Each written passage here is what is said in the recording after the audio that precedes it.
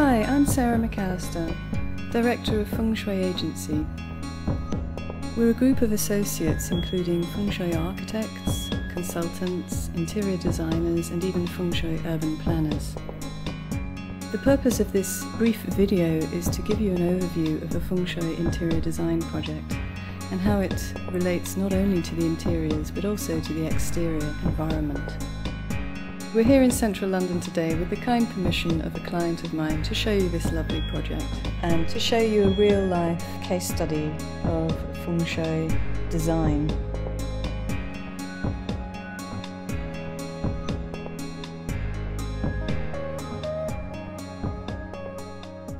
So this is a really great day to do a Feng Shui video because we've literally got wind and water. Feng Shui means wind and water. Feng or Feng is wind and Shui or Sui is water.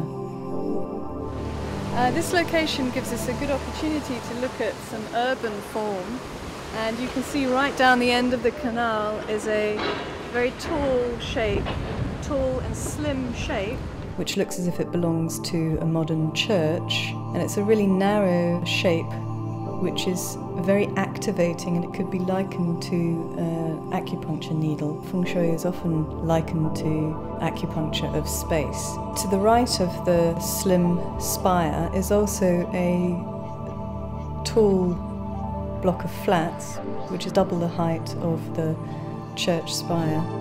And this is also a very activating feature.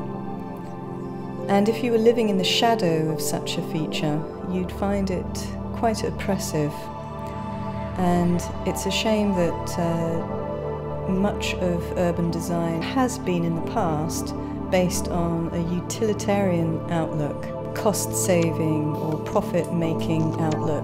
There seems to have been very little regard for how buildings interact with the environment or how they interact with each other.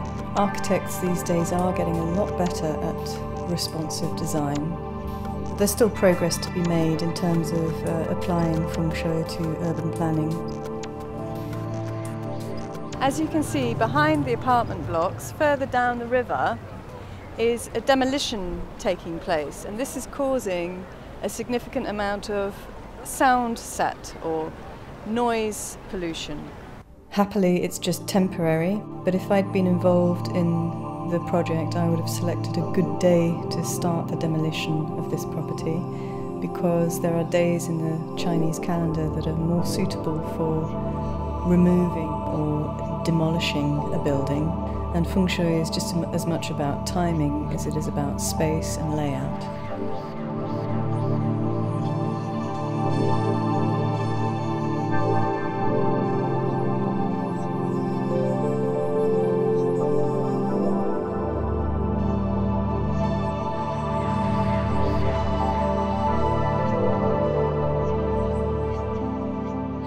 So here we are on the roof terrace.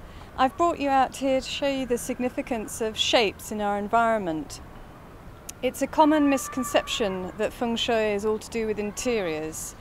In fact, 60 to 70% of Feng Shui influence is about the wider external environment.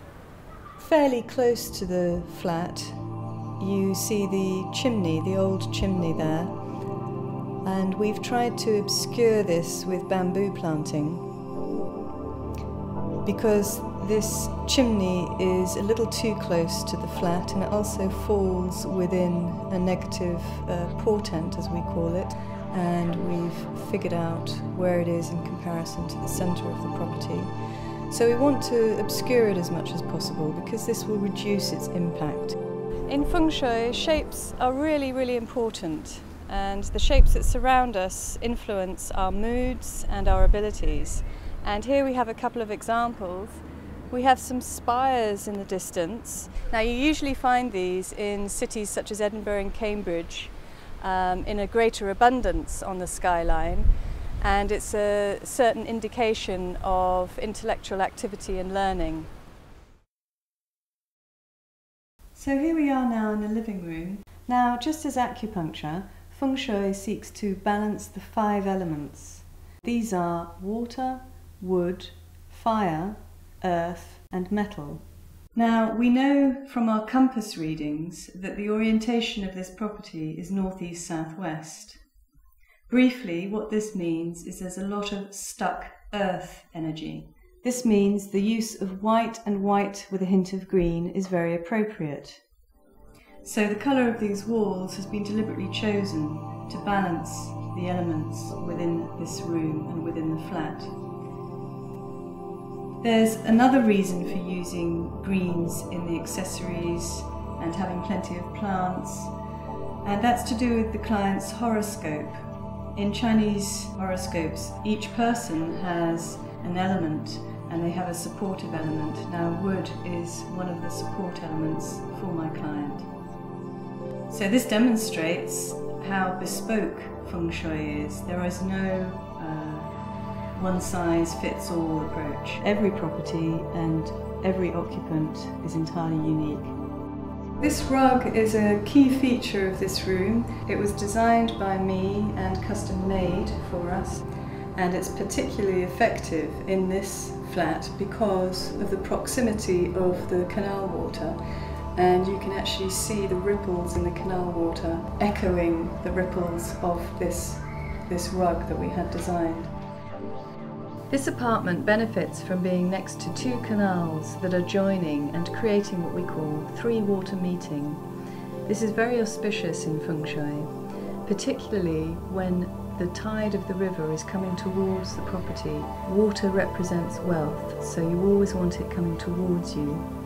What's nice about this apartment is that it's not too close to the water. If it was on the ground floor, it might be at risk of feeling slightly flooded by all this water, because this is a pretty wide canal in comparison to the size of the apartment. This Feng Shui is also to do with proportion. The client wanted to have an area for entertaining, and we insisted upon a round table. We opt for a round table instead of a rectangular table because these are far more social. The energy flows faster and you can see people more easily. And again, we've echoed the green in the chair coverings and the napkins.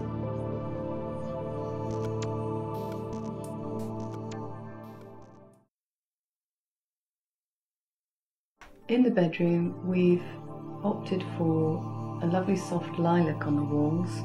The colour is influenced both by the Feng Shui considerations of the direction of the room, but again also influenced by the client's horoscope, because fire is also a supportive element, and lilac is a yin fire colour. We also opted for soft and tactile materials and feminine florals in the window dressing to create a soft and restful space. We also included some more masculine items such as the leather chest. We like to have a strong headboard in Feng Shui because it echoes the mountain principle of protection, so your head is protected while you're asleep. And where possible to have two side tables because these represent stability.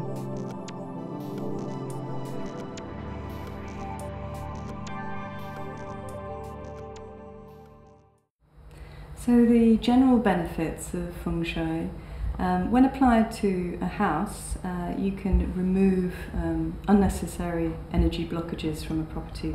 It supports your health, most certainly, particularly if you've got really good Feng Shui in your bedroom, particularly if you're aligned to a good direction that's supportive of the health.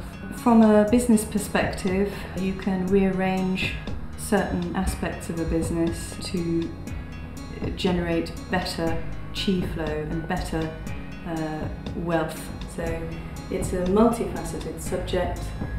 You can learn more about the background to Feng Shui, you can learn more about the techniques that we use and more about our services at www.fengshuiagency.com.